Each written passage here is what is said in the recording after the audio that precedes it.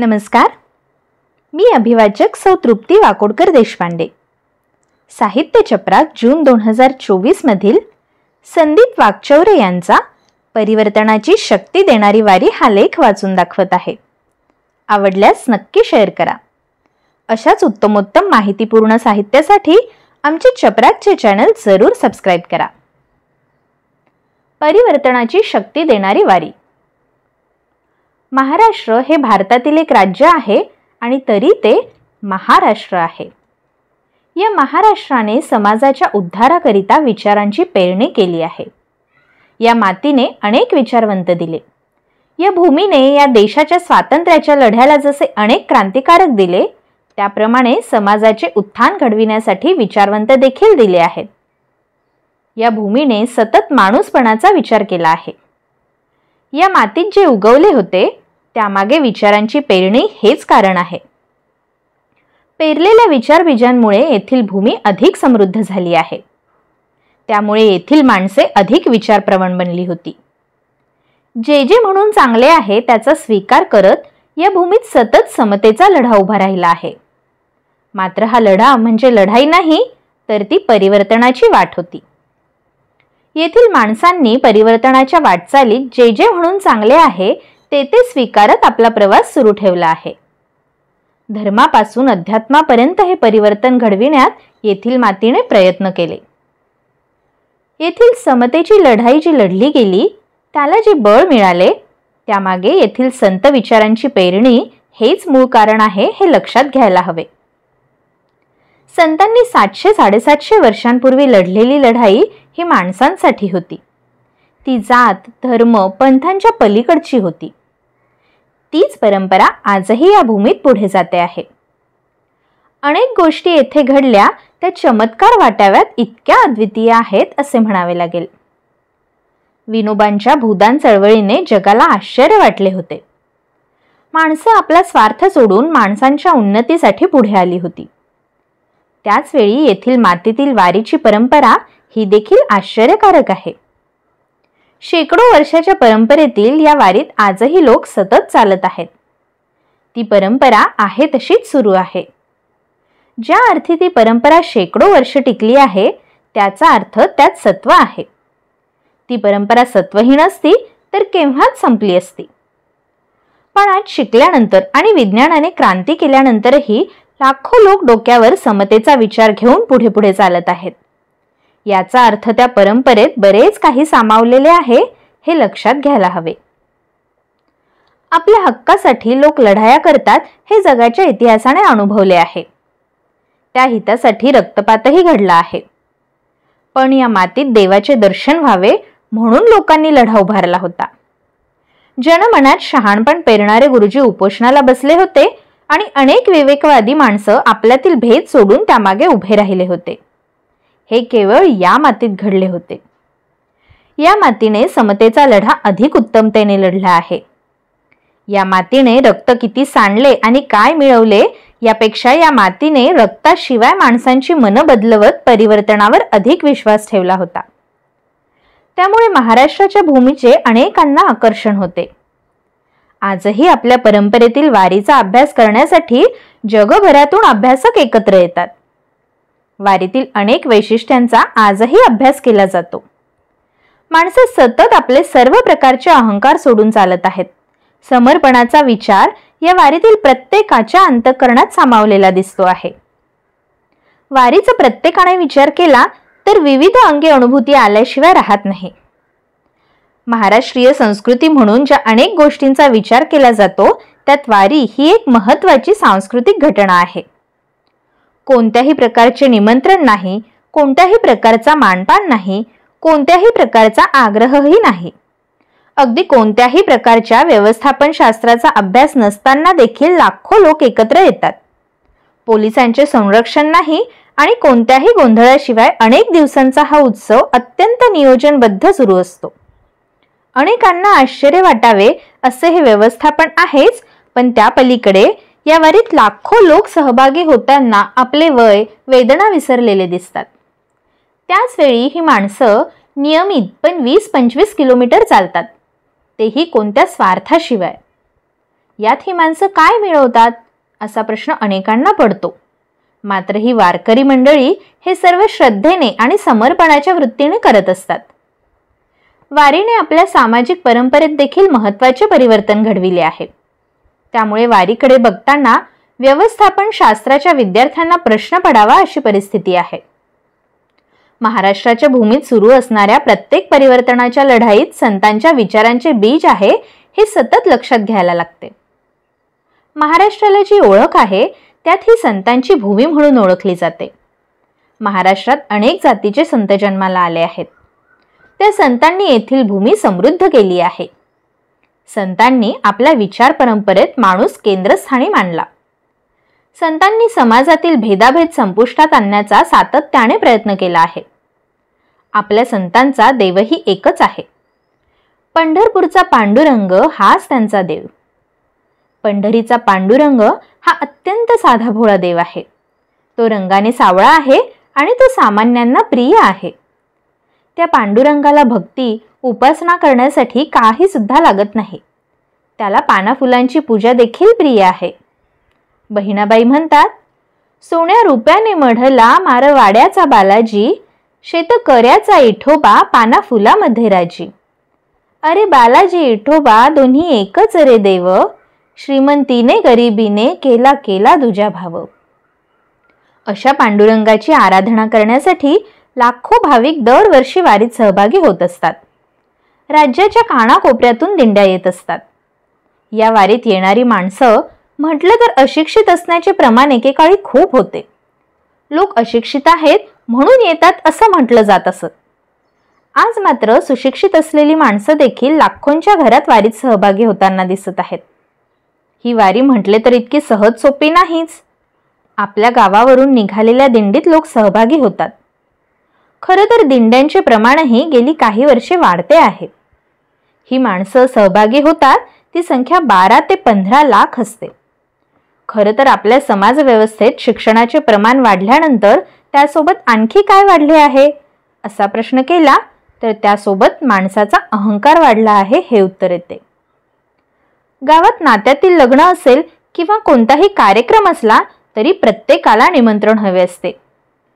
तेही निमंत्रण देखील मानापानाने हवे असते. असे निमंत्रण दिले गेले नाही तर माणसं नात्यातील कार्यक्रमाकडे देखील दुर्लक्ष करतात. माणसं स्वतःचा अहंकार नात्यात देखील विसरत नाहीत.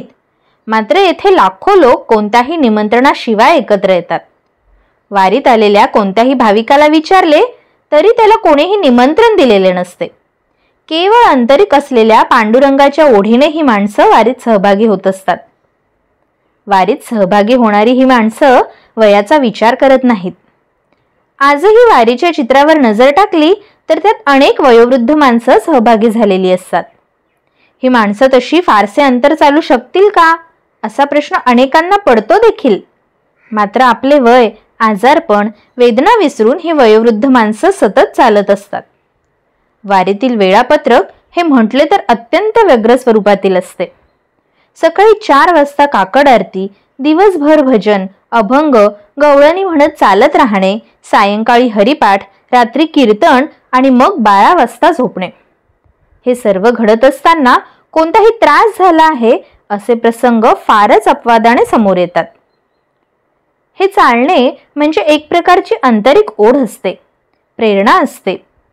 ही ओढ काय असते असे जमलेल्या लाखो लोकांना विचारले तर त्यांची ओढ असते फक्त पांडुरंगाच्या भेटीची आणि त्याचे दर्शन हीच त्यांची आंतरिक प्रेरणा असते. वारीत जेव्हा कोणी सहभागी होत असेल तेव्हा माणसं आपले सर्वच विसरून गेलेले असतात. वारीत सहभागी झालेली माणसं आपली श्रीमंती, गरिबी, जात, धर्म विसरून गेलेले असतात. वारीत सहभागी होणारा प्रत्येक माणूस हा समान असतो. गर्भ श्रीमंत माणसं देखील पायी पायी चालत असतात. खरे तर त्यांच्याकडे सर्व सुखसुविधा चरणावर समर्पित होत असताना देखील ती माणसं सामान्य माणसांसारखे पायी पायी चालत असतात.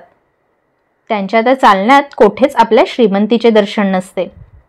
हा समतेचा विचार केवळ वारीत प्रतिबिंबित झालेला दिसतो. त्याच वेळी माणसं आपली जात देखील विसरलेली असतात. वारीत सहभागी होणारा माणूस कोणत्या जातीचा आहे हे लक्षात येत नाही आणि कोणी त्याची दखलही घेत नाही. वारीने काय केले असा प्रश्न तर त्यातून सर्वाधिक मोठी गोष्ट घडली ती म्हणजे समता प्रस्थापित करण्यात वारकरी संप्रदाय अधिक आघाडीवर राहिला आहे. संतांनी या भूमीत जात धर्माच्या भेदाच्या पलीकडे जात समतेचा विचार दृढ करण्याचा प्रयत्न केला आहे. चंद्रभागेच्या वाळवंटावर लाखो लोक एकत्र येतात आणि त्यामागे जो भाव असतो तो तर कितीतरी महत्वाचा आहे हे लक्षात घ्यायला हवे. संत लिहितात, यारे यारे सान थोर अवघ्या जातीचे नारी नर. संत परंपरेने येथील जाती व्यवस्थेला छेद देण्याचा प्रयत्न केला आहे. त्याच वेळी क्षुद्र समजलेल्या महिलांना देखील माणूस म्हणून जगण्याचा अधिकार प्रदान केला आहे. हे अधिकार प्रदान करताना संतांनी त्यावेळी केलेली एका अर्थाने बंडखोरी होती. अर्थात संतांनी दिलेल्या विचाराने चालण्यासाठीची हिंमत वारीत मिळत असे. वारीत माणूस म्हणून अधिक विचार केला जातो, त्या पलीकडे फारसा विचार होत नाही. म्हणून वारी म्हणजे एका अर्थाने माणूस घडविणारी शाळा आहे. माणसाला जीवनाचे जे तत्वज्ञान महत्वाचे वाटते, जीवनात जे तत्व सापडायला हवे असे वाटते, ते तत्व वारीच्या तत्वज्ञानात सामावलेले आहे. पंढरपूरच्या पांडुरंगाच्या दर्शनाची ओढ सामान्यांना होतीच, मात्र जेव्हा ते दर्शन घडत नव्हते, पंढरपूरचा पांडुरंग जेव्हा सामान्य माणसापासून दूर होत होता, तेव्हा त्या पांडुरंगाच्या दर्शनासाठी याच भूमीत साने गुरुजींनी आंदोलन केले होते. त्या आंदोलनाला आता 75 वर्षे उलटून गेली आहेत. केवळ पंढरपूरच्या पांडुरंगाचे दर्शन घडावे म्हणून उपोषण केले जाते. हजारो लोक त्यासाठी भूमिका घेतात, हे सारेच अनाकलनीय वाटते. दर्शनासाठीचा हा लढा अद्वितीयच म्हणायला हवा. एका दगडाच्या मूर्तीच्या दर्शनासाठी लाखो लोक एकत्र येतात, पण ती मूर्ती म्हणजे दगड नाही, तर त्यात माणसांची श्रद्धा आहे, दुःखाचे हरण करण्याची शक्ती आहे, जीवनाला जगण्याला उमेद देणारी भक्ती आहे, चळवळीला दिशा देणारे विचार आहेत. त्यामुळे येथील लढे उभारले गेले आहेत. आज पंढरपूरचा पांडुरंग लाखो भाविकांसाठी खुला झाला आहे, मात्र तो इतक्या सहजतेने नाही हे लक्षात घ्यायला हवे. येथील देवतांनी सामान्यांना जगण्याची शक्ती भरलेली आहे हे लक्षात घ्यायला हवे. पंढरपूरच्या दर्शनाचा लढा जेव्हा अभ्यासला जातो तेव्हा तो भाव आहे तोच आज प्रत्येक वारकऱ्याच्या मनात सामावलेला आहे. भारताच्या स्वातंत्र्याची लढाई थांबली होती. प्रत्यक्ष स्वातंत्र्य लवकरच मिळणार होते, मात्र तरी सुद्धा त्या राजकीय स्वातंत्र्याला खरंच अर्थ होता का याचा विचार समाजातील अनेक धुरीण करत होतीच. खऱ्या अर्थाने स्वातंत्र्य हे दीनदलितांसह सर्वांनाच मिळायला हवे होते. राजकीय स्वातंत्र्याबरोबर सामाजिक सांस्कृतिक स्वातंत्र्याची भूक सर्वांनाच हवी होती. सामाजिक स्वातंत्र्य आणि परिवर्तनासाठी महाराष्ट्रात महत्त्वाची चळवळ उभी राहत होती. पंढरपूर येथील बहुजनाचे आराध्य दैवत असलेल्या लोकदेवता विठ्ठलाचे मंदिर दलितांसाठी खुले करण्याची मागणी पुढे आली होती. मंदिर दलितांसाठी खुले होणे हेच खऱ्या अर्थाने स्वातंत्र्य होते. मंदिर प्रवेश हा केवळ प्रवेश नाही, तर सामाजिक परिवर्तनाचा आरंभ होता. साने गुरुजींनी त्यासाठी आंदोलनाची घोषणा केली होती. स्वातंत्र्य मिळत असताना देखील एक प्रकारे दलितांचे हक्क नाकारले जात होते. त्यावेळी साने गुरुजींच्या उपोषणाला देखील विरोध झाला होता. पंढरपूरमध्ये मंदिर प्रवेशाला विरोध करणाऱ्यांनी साने जाओ सीमा पार नहीं खुलेगा मंदिर द्वार अशा घोषणा देत विरोध केला होता. मात्र मंदिर खुले होणार नसेल तर मी मृत्यूला कवटाळणे पसंत करेल असा त्यांचा जणू निर्धार होता. तो लढा स्वातंत्र्यासोबत जी काही आव्हाने उभी टाकली जाणार होती त्यांचे दर्शन घडवत होता. आज त्या आंदोलनाला 75 वर्ष पूर्ण होत आहेत. त्या आंदोलनाने जाती अंताची लढाई लढून हक्क देण्याचा प्रयत्न केला होता. मानवी हक्काची ती लढाई होती. त्यातून मंदिरे पाणवठे खुले झाले होते. म्हणजे आपल्याकडील वारकरी परंपरेत समतेचा विचार किती दृढ आहे हे सहजतेने अधोरेखित होत जाते. भारतीय स्वातंत्र्याचा विचार सुरू असताना सामाजिक परिवर्तनाचा विचार महत्त्वाचा होता. स्वातंत्र्याच्या काळात या देशात जाती अंताच्या लढाईसाठी प्रयत्न झाले होते. विठ्ठल रामजी शिंदे यांनी दलितांना मंदिर प्रवेश मिळावा म्हणून 1921ला कायदेशीर लढाई सुरू केली होती. 1929ला SM जोशी, काकासाहेब गाडगीळ आणि सहकाऱ्यांनी मंदिर प्रवेशासाठीचा प्रयत्न केला होता. तेव्हा पेशवे समर्थक ब्राह्मण मंडळींना मारहाण करत विरोध केला होता. नाशिकमध्ये 1930ला बाबासाहेब आंबेडकर यांच्या नेतृत्वाखाली काळाराम मंदिर प्रवेशाचा लढा सुरू झाला होता. या लढ्यांना त्यावेळी तात्काळ फार मोठे यश मिळाले नसले तरी त्यानिमित्ताने जाणीवा समोर आल्या होत्या. मानवी हक्काची जाणीव पेरणीत यश मिळवत होती. अस्पृश्यतेचा प्रश्न गंभीर होताच. या देशाला अस्पृश्यता कलंक होता. हे सारे लढे समतेचे होते. माणसाला माणूस म्हणून जगण्याचा प्रत्येकाला अधिकार आहे. धर्माच्या आणि जातीच्या आधारावर माणसात भेद करणे हे या लढाईतील अनेकांना मान्य नव्हते. स्वातंत्र्याच्या लढाईत अनेक जण सहभागी झाले होते, मात्र त्या सर्वांनाच हे हवे होते असे मात्र नाही. अनेकांनी आज ना उद्या स्वातंत्र्य मिळाल्यानंतर कायदा होऊन दलितांना मंदिर खुले होईल असे वाटत होते. साने गुरुजींचे आंदोलन हे दोन समाजात भेदाभेद करून संघर्ष निर्माण करणारे आहे असे साने विरोधकांनी गांधीजींना पटवून देण्यात यश मिळविले होते. त्यामुळे गांधींनी गुरुजींना उपोषण मागे घेण्याच्या निरोपाची तार धाडली होती. जाती अंताच्या लढाईला अप्रत्यक्ष काहींचा विरोध होता, मात्र मातृहृदयी आणि अत्यंत संवेदनशील असलेल्या साने गुरुजींनी जीवनभर ज्या गांधींवर निस्सीम प्रेम केले, त्यांचे विचार मस्तकी घेऊन पाऊलवाट चालणे पसंत केले. त्या गांधींना त्यांना अत्यंत विवेकशीलतेने, प्रखरतेने व विनम्रतेने पत्र लिहून नकार कळविला होता. त्यांचे हे पत्र म्हणजे साने गुरुजींनी सुरू केलेल्या लढाईतील त्यांचे या विचारावर किती प्रेम होते याचे दर्शन घडविते. साने गुरुजी हे जितके आध्यात्मिक वृत्तीचे होते तितकेच सामाजिक सुधारणेचे पुरस्कर्ते होते. त्यामुळे त्यांना मंदिराचा दरवाजा खुला करणे म्हणजे माणसांच्या मनाचे, हृदयाचे दरवाजे खुले करणे आहे असे वाटायचे. मनाचे दरवाजे खुले झाले म्हणजे राजकीय व सामाजिक दरवाजे आपोआप खुले होतील अशी गुरुजींची धारणा होती. ती खरी देखील होती. शेवटी मनातील जातीयता संपेल तरच समाजातील जातीचा अंत होणार होता. त्यामुळे देशातील जाती अंताच्या लढाईतील ही एक महत्त्वाची लढाई होती. कायद्याने काही संपविण्याचा प्रयत्न झाला तर ते वरवर संपेल, बाह्यांगी जात संपेल, मात्र मनातून ती जाईलच असे नाही. त्यामुळे ही लढाई भारताच्या जातीभेदाच्या अंताच्या लढाईसाठी महत्त्वाची ठरणार होती. सामाजिक बदलासाठी साने गुरुजींनी हा लढा सुरू केला होता. महाराष्ट्रातील दीन दलितांसाठी पंढरपूरचे प्राचीन मंदिर खुले व्हावे यासाठी त्यांनी प्रबोधन करत अनेक सभा घेतल्या होत्या, मात्र त्यातून मानसिक प्रबोधनाची प्रक्रिया घडत होती. बहुसंख्य लोकांचा पाठिंबाही मिळत होता, तरी सुद्धा मंदिर खुले होत नव्हते. अखेर 1 मे 1947 रोजी साने गुरुजी यांनी उपोषणाचा निर्णय जाहीर केला. राज्यात मोठ्या प्रमाणावर पाठिंबा मिळाला. राज्यातील अनेक स्वातंत्र्य सेनानी, पत्रकार, विचारवंत यांचा उपोषणाला पाठिंबा मिळू लागला होता. मात्र पंढरपुरात उपोषणाला जागाच मिळू नये अशी तजवीज विरोधकांनी केली होती. यासाठी अनेकांनी प्रयत्न केले, मात्र पंढरपुरात गाडगेबाबांच्या विचारांची दिशा घेऊन काम करणारे कुशाबा महाराज तनपुरे यांनी आपल्या मठात उपोषणाला जागा उपलब्ध करून दिली. समतेचा जयघोष करणाऱ्या संत विचाराचे आद्यपीठ असलेल्या पंढरीत उपोषणाला जागा देण्यात अनेक अडचणी निर्माण करण्यात आल्या होत्या. हा लढा वर्तमानात जितका सोपा वाटतो तितका तो सोपा नव्हता हे लक्षात घ्यायला हवे. जात आणि त्या जातीच्या माणसाच्या सावल्या देखील नको असे मानण्याच्या काळात जागा उपलब्ध करून देण्याचे धाडस होते. आज त्या पेरलेल्या विचाराचे फळ म्हणून वारीतही समतेचा जयघोष होताना दिसतो. उपोषण सुरू झाले होते. मंदिर खुले झाल्याशिवाय उपोषण मागे घ्यायचे नाही हा निर्धार पक्का होता. मात्र तरी सुद्धा साने गुरुजींचे उपोषण 10 दिवस चालले होते. या काळात त्यांच्या प्रकृतीची चिंता सर्वांनाच लागून होती. अनेकांनी उपोषण लवकर सुटावे म्हणून प्रयत्न सुरू केले होते. लढाईने आर नाही तर पार असे स्वरूप धारण केले हे लक्षात आल्यावर विरोधकांनाही धक्का बसत होता.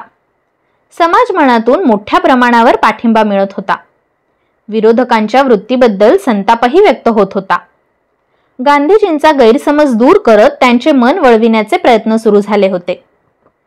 त्यांच्यापर्यंत आंदोलनाचे वास्तव पोहोचविण्याचे प्रामाणिक प्रयत्न झाले होते. त्यात काही प्रमाणात यशही मिळत होते. त्याचवेळी लोकसभेचे पहिले सभापती राहिलेले दादासाहेब मावळणकर पंढरपूरला दर्शनासाठी आले होते. त्यांना येथील परिस्थितीचा अंदाज आला होता. त्यांनी देखील सांगितले की दलितांना जेथून दर्शन मिळते तेथूनच मी दर्शन घेईल. त्यांनी उपोषण सुटण्यासाठी प्रयत्न सुरू केले. गांधीजींच्या वतीने मावळणकरांच्या मार्गदर्शनाखाली काम करा असा संदेश पाठविण्यात आला होता. अखेर मोठ्या प्रमाणावर विविध मार्गाने प्रयत्न सुरू झाले. तत्कालीन पंच कमिटी सदस्यांनी परिस्थितीचा अंदाज घेऊन दलितांना प्रवेश देण्याचा विचार पुढे आणला. त्या संदर्भात जिल्हा न्यायालयाला कळविण्यात आले. त्यासाठी आवश्यक त्या कागदपत्रांची पूर्तता देखील करण्यात आली. 10 मेला हा ठराव झाला आणि त्याच दिवशी दलितांना मंदिर प्रवेशासाठी खुले झाले. सायंकाळी गुरुजींनी उपोषण सोडले. खरे तर एका मातृहृदयी संवेदनशील असलेल्या गुरुजींनी सामाजिक क्रांतीची ही लढाई सत्याग्रहाच्या मार्गाने आणि कोणत्याही हिंसक संघर्षाशिवाय यश मिळविले होते.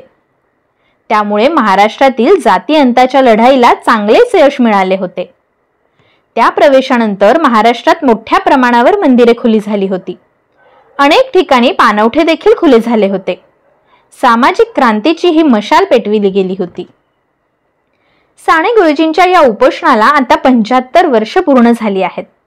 या आंदोलनाने जातीभेदाच्या विरोधात पाया घातल्यानंतर भारताला स्वातंत्र्य मिळाले. त्यानंतर या राज्यात मानसिक परिवर्तनाची पाऊलवाट निर्माण करण्यात यश मिळत गेले. त्यामुळे आतापर्यंत आपण बरेच काही कमवले असले तरी साने गुरुजींचा विचार रुजविण्यात आपल्याला पुरेसे यश मिळू शकलेले नाही. साने गुरुजी यांनी खरा तो एकची धर्म जगाला प्रेम अर्पावे हा प्रार्थनेतून मांडलेला विचार वर्तमानात रुजण्याची नितांत गरज आहे. आपली एक लढाई संपली असली तरी त्या लढाईच्या उद्दिष्टांच्या अनुषंगाने शेवट करण्यासाठी लढे उभे करावे लागतील. आज 75 वर्षे झाले तरी त्या लढ्याचे स्मरण करण्याचा ना प्रयत्न झाला ना त्या आंदोलनाच्या स्मृती जोपासल्या गेल्या. आज मंदिर सर्वांसाठी खुले असले तरी ते इतक्या सहजतेने खुले झालेले नाही हेही लक्षात घ्यायला हवे. आज या मंदिरात प्रवेश करताना लाखो दलितांना देखील आधार वाटत आला आहे. त्यात श्रद्धा हा भाग अधिक महत्त्वाचा आहे हे लक्षात घ्यायला हवे. पंढरपूरचा पांडुरंग हा नेहमीच सर्वांना आधार ठरत आला आहे. या लढ्याने पेरलेल्या विचाराचे आजही वारीत दर्शन घडते आहे. वारीचा विचार हाच महाराष्ट्राच्या जडणघडणीत अधिक महत्त्वाचा आहे हे लक्षात घ्यायला हवे. वारी ही जशी अध्यात्माच्या सुखासाठी आहे त्याप्रमाणे येथील माणसांच्या जीवन विकासासाठी देखील आहे. येथील प्रत्येक लढ्यात वारीचा समतेचा विचार आहे. म्हणून ती केवळ अध्यात्माची वारी नाही तर जीवनाच्या प्रत्येक टप्प्यावर परिवर्तनासाठी शक्ती देणारी वारी आहे. खरे तर ही शक्ती येते कुठून असा प्रश्न मलाही कायम असतो. त्या प्रश्नांचा शोध घेण्याचा प्रयत्न केला तर केवळ पांडुरंगांची ओढ आणि त्यावरील निस्सीम श्रद्धा या पलीकडे त्याचे उत्तर मात्र मिळत नाही हे खरे. धन्यवाद.